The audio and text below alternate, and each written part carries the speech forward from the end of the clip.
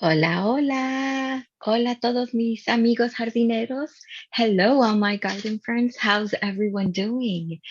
I'm just here trying to be more visible, trying to share more information for to everyone, and just showing my face a little more because I've been behind the camera a lot. And this year, my goal is to be in front of the camera. So one of the things I wanted to show you guys is actually share.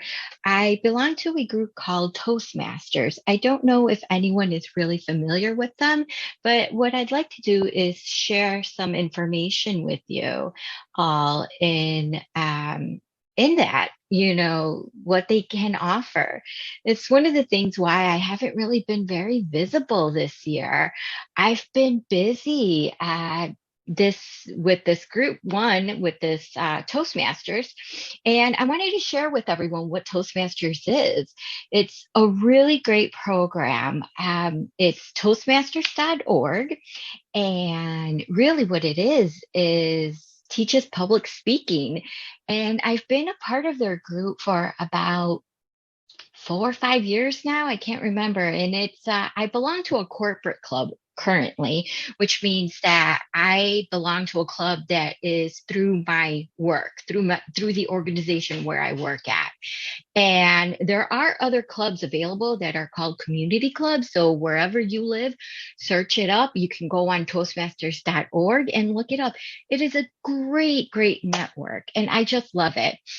And it teaches different types of skills as far as leadership and public speaking. Public speaking really is the number one where I really learned to come out of my shell. I mean, I talk a lot as it is, but coming out of my shell in front of the camera is what I needed help with. And I think this year it really helped me with all of that. So they have a great program, a great leadership program, public speaking program. It does a variety of things that you just cannot believe. And it really does help with your public speaking if that is something that you're looking for and that you think that you need to come out of your shell. But for me, I really thought that it helped not only with my public speaking, but also networking, how to speak with people, how to approach different types of situations. My vocabulary improved tremendously. And just makes you look for things that you usually do in your everyday speaking that I don't like necessarily, but that other people really focus on. And it helps me look at the way I speak in public, as far as also interacting with my leaders at the organization where I work.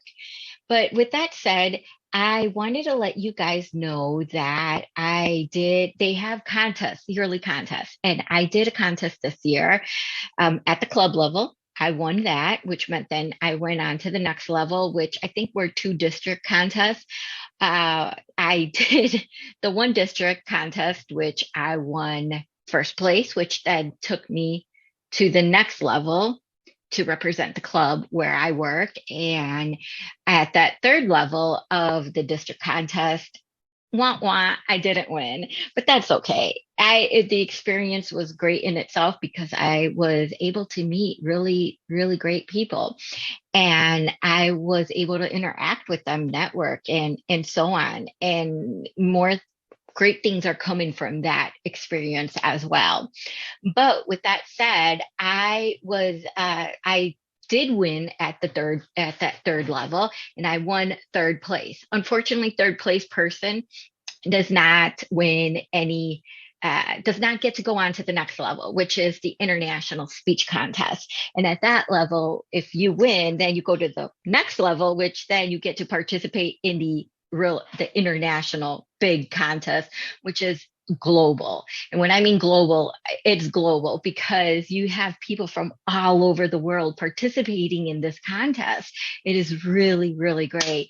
But I want to share with you all the speech that I made for this contest, which was it was funny. It was a funny speech. I think that most of you that follow me know my love-hate relationship with the squirrel in my garden, and I did my speech on that. So hold on to your seats and just wait for the next 5 to 7 minutes or so, and you'll be able to hear that speech. Thanks.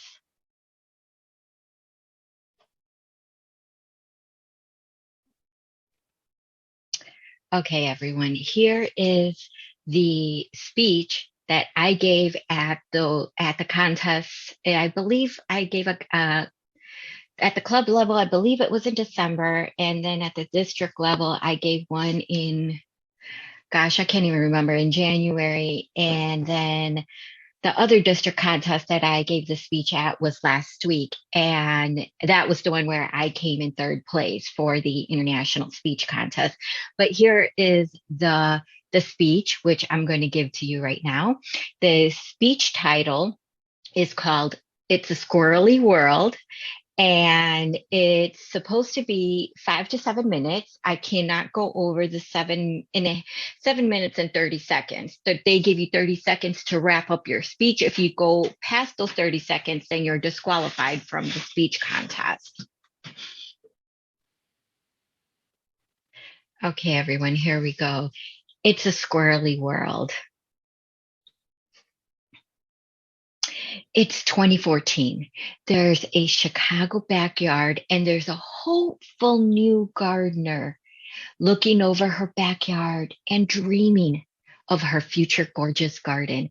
But this gardener meets what will become her arch nemesis for the next 7 years.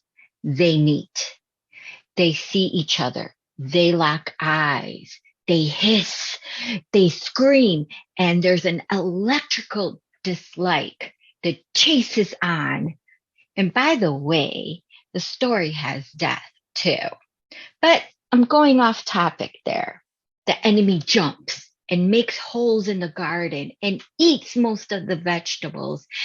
And the ever hopeful gardener spends too much time fortifying the garden by building cages and throwing down the hottest pepper in the world that this planet has to offer. And the gardener's life is changed forever. The gardener was me, if you haven't guessed already. And the enemy, I would like to call her Mrs. Squirrel. Ladies and gentlemen, guess squirrels are not cute. They are not adorable. They are not your friends. They are smart. They can live up to 6 years. And I was the naive homeowner with the beautiful backyard with the most gorgeous maple tree in the middle of the backyard. I would stand at the back kitchen window with coffee in hand, looking out and picturing the upcoming spring with all the beautiful flowers and the vegetables. Alas, it was a challenge. Year one of gardening. Oh, kids, look at that. My sunflowers are growing. And the days would go by and I would look out. 5 sunflowers. I could have sworn I planted more. But by the fall, I had at least 3 beautiful 7 feet tall sunflowers reaching almost to the top of the garage. And I continued to look out the back garden, at the back kitchen window out into the garden. And I saw it raining. It's raining. Wait, it's not raining over there. What? Let's put my glasses on. What the heck? And I looked around and I looked around. What the? And the expletives ensued as I ran outside in my pajamas and in my slippers, screaming at the top of my lungs, ready to confront my enemy who decapitated all of my sunflower heads and ate all of my sunflower seeds. By year 7, I was on my second garden fence, 4 feet tall. I have used all types of sonar gadgets, water guns, borrowed my brother's dog to pee around the tree, and I've used covers of all sorts. Mrs. Squirrel was adapting to every challenge I threw at her. Death. This is where death comes in. Over the years, there have been babies that have fallen out of that tree. And they haven't survived. And guess what? I guess Mrs. Squirrel learned. Last summer, there was a baby that fell out of the tree, fell in the middle of my garden. I left it, not knowing what to do. I kept checking on it. I went to go do research. What am I going to do? I don't want to move it. I don't know what to do with this. While I do hate my enemy, I'm not sure that I wanted to really kill the following generations. But guess what? By the next day, the baby was gone. Mrs. Squirrel rescued the baby and apparently took some lettuce along with it. Where the baby landed, lettuce gone. Yes, friends and family and guests, I have become the family joke. Yes, chasing squirrels out of the backyard, building traps, talking nonstop about Mrs. Squirrel. But as I stand at my back kitchen window with my coffee cup in hand, I stand there and I observe Mrs. Squirrel perched on that one favorite thick, broken tree branch, her favorite spot. I admire her perseverance. She accepts challenges, adapts to change, and finds solutions and moves on to the future. She carries no hate towards me. We are at eye level. As we lock eyes, in today's squirrely world and unpredictable life, we can learn a valuable lesson by watching the wildlife. And I will accept Mrs. Squirrel's challenge this summer and figure out a way to live with Mrs. Squirrel's growing family as they build a multi-unit condo nest in my maple tree. And to you, I say, accept the challenges in your life and in our changing squirrely world as well, and learn how to persevere and move on like Mrs. Squirrel did. And the next time you see a squirrel, instead of chasing it out of your garden,